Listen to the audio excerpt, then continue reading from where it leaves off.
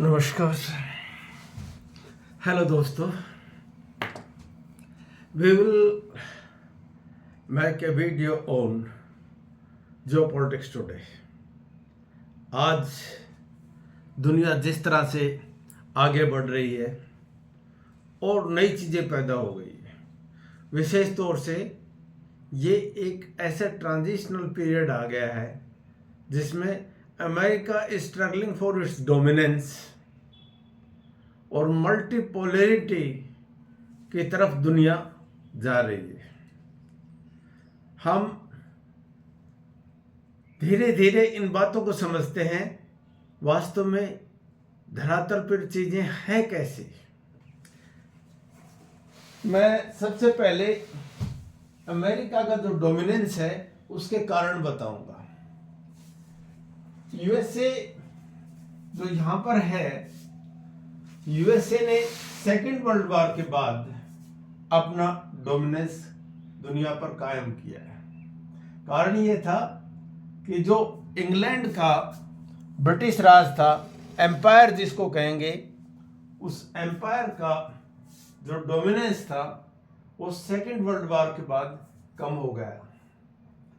यहां देखिए, अमेरिका का वजूद दुनिया को किस तरह से प्रभावित करता है और दूसरे जो देश हैं वो इस चैलेंजेस को कितना टॉलरेट करते हैं या विरोध करते हैं। ग्लोब को सेकेंड वर्ल्ड वॉर में के बाद एक कैपिटलिज्म और एक कम्युनिज्म, दो तरह की आइडियोलॉजी में बांट लिया गया। और ये जो साउथ के कंट्रीज हैं, साउथ अमेरिका और अफ्रीका, ये जिनको हम कहेंगे अंडर डेवलप्ड या डेवलपिंग कंट्रीज, नई चीजें आ गई। एशिया, जापान, इंडिया और चाइना, ये नए पोल्स पैदा हो गए। अब हम, क्योंकि इस समय जैसी स्थितियां हैं उनको लेकर बातचीत करते हैं। अमेरिका के डोमिनेंस के क्या क्या कारण हैं। एक, अमेरिका का दुनिया के ऊपर डोमिनेंस का बड़ा कारण है, वो है अमेरिका की मिलिट्री पावर। दूसरा एक बड़ा कारण है, वो है अमेरिका की इकोनॉमिक पावर। और तीसरा है जिसको हम कहेंगे सॉफ्ट पावर, डिप्लोमेसी एक, और दूसरा टेक्नोलॉजी में अमेरिका, विशेष तौर से जो सॉफ्ट टेक्नोलॉजी जिनको कहेंगे स्पेस टेक्नोलॉजी, आईटी है, इसमें अमेरिका का डोमिनेंस। पहली चीज जो स्पष्ट रूप से है, अमेरिका वेपनरी में दुनिया में सबसे आगे है। अमेरिका का डिफेंस बजट सबसे ज्यादा है और विशेष तौर से स्पेस टेक्नोलॉजी में अमेरिका का कोई शानी नहीं है, सबसे आगे बढ़ा हुआ है अमेरिका। दूसरी बात, अमेरिका डॉलर है। डॉलर एक ताकतवर करेंसी है, आपस में एक्सचेंज की मुद्रा है। इंटरनेशनल फाइनेंशियल सिस्टम में अमेरिका का एक दबदबा है। और तीसरा, America very smartly of course एक बड़ा रोल अदा करता है जहां जहां पर भी दुनिया में कन्फ्लिक्ट होते हैं। जैसे इस समय रशिया और यूक्रेन का हो रहा है, इस समय यहां रशिया और यूक्रेन एक जगह भिड़ गए हैं। दूसरा, फिलिस्तीन की प्रॉब्लम है, वो यहां मौजूद है।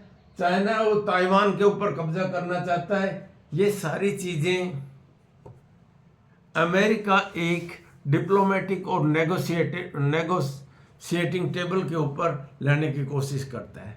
देखिए चुनाव के बाद किस तरह से, अमेरिकन चुनाव के बाद, ट्रंप आने के बाद, विशेष तौर से जो वार का तीखापन था दोनों जगह, इजराइल फिलिस्तीन का और यूक्रेन रशिया का, वो फीके पड़ गए।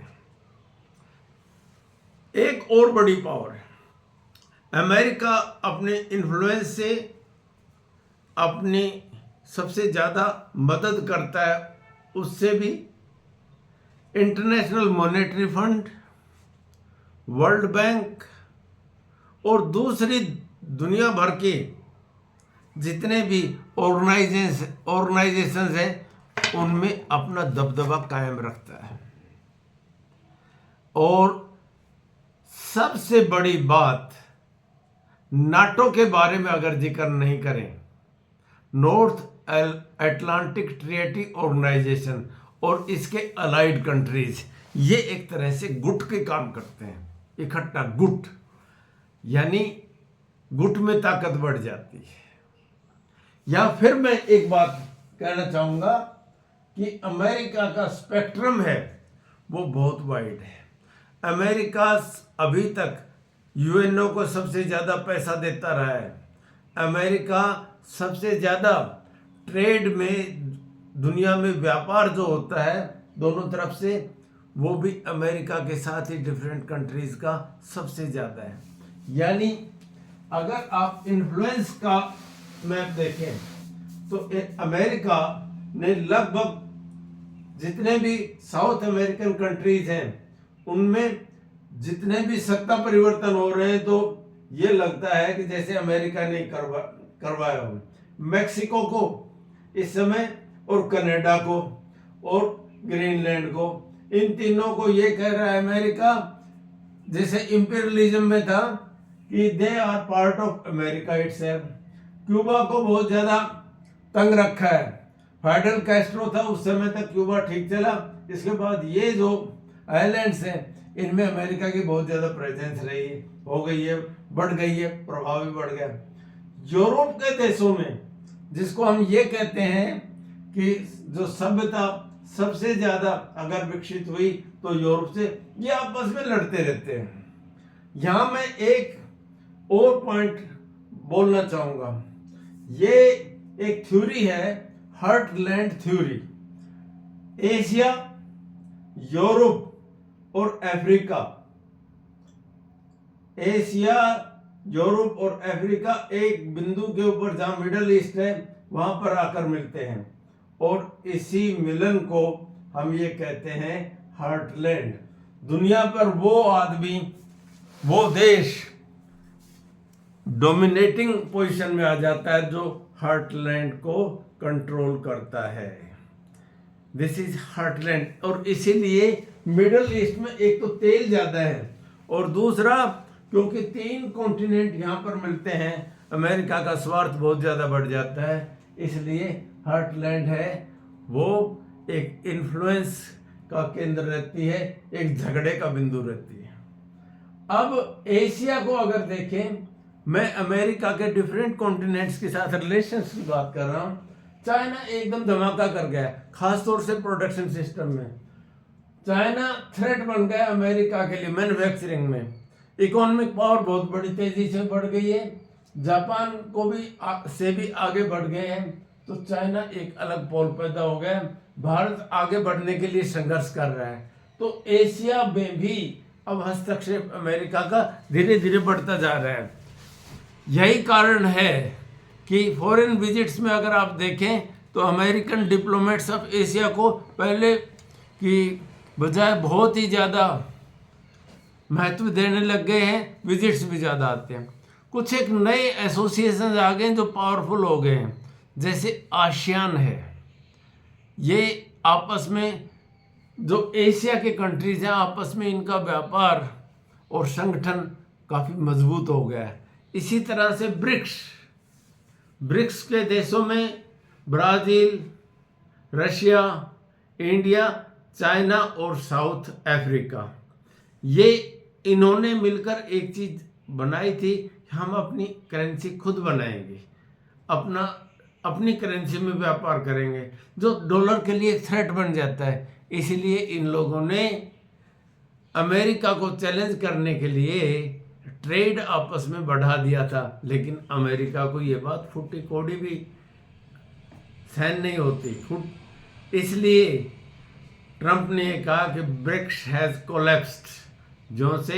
जब से नई सरकार बनी है, ब्रिक्स के लिए उन्होंने अनुशासनिक कार्रवाई के लिए बार बार एक थ्रेट की तरह से बोलना शुरू कर दिया है। ये बात अलग है, लेकिन कुछ रोल ऐसे हैं जो अमेरिका के माने जाते हैं। एक तो वैल्यू सिस्टम है। देखो, अमेरिका ऑलवेज की चाहे ऊपर ऊपर से हो, जिसको हम कहेंगे सो कॉल्ड डेमोक्रेसी, को सपोर्ट करता हुआ नजर आता है। कल्चर, वेस्ट में जो कल्चर डेवलपमेंट हुआ है उसको फॉलो करते हैं दूसरे देश, वैल्यू सिस्टम को भी, ह्यूमन राइट्स को भी। इसलिए अमेरिका के प्रेजेंस को डाइजेस्ट कर जाते हैं दूसरे देश, और अमेरिका का जो रोल है उसको एक थानेदार की तरह से भी देखने लग गए हैं। जैसे एसएचओ काम करता है, सभी लोग आपस में बातचीत नहीं करते तो अमेरिका की डांट के बाद वो टेबल के ऊपर आकर बैठने लग जाते हैं। जैसे रशिया और यूक्रेन वार में जेलेंस्की है, वो उसको यूएसए बुला लिया। इसी तरह इजराइल के पीएम को अमेरिका बुला लिया, नेतन्याहू को, और लगभग वार को कंट्रोल किया है। तो अमेरिका का रोल बहुत जगह जायज़ भी माना जाता है, लेकिन अमेरिका की जो थानेदारी है वो अलग किस्म की है। ये अपने रास्ते जिस तरह से आगे दिखाई कुछ देता है, उसके पीछे में कुछ और होता है। अमेरिका की सबसे बड़ी नियति एक सुपर पावर बनने की रहती है। हमेशा सोच ये रहती है, America number 1, America to be number 1, America to be considered as number 1।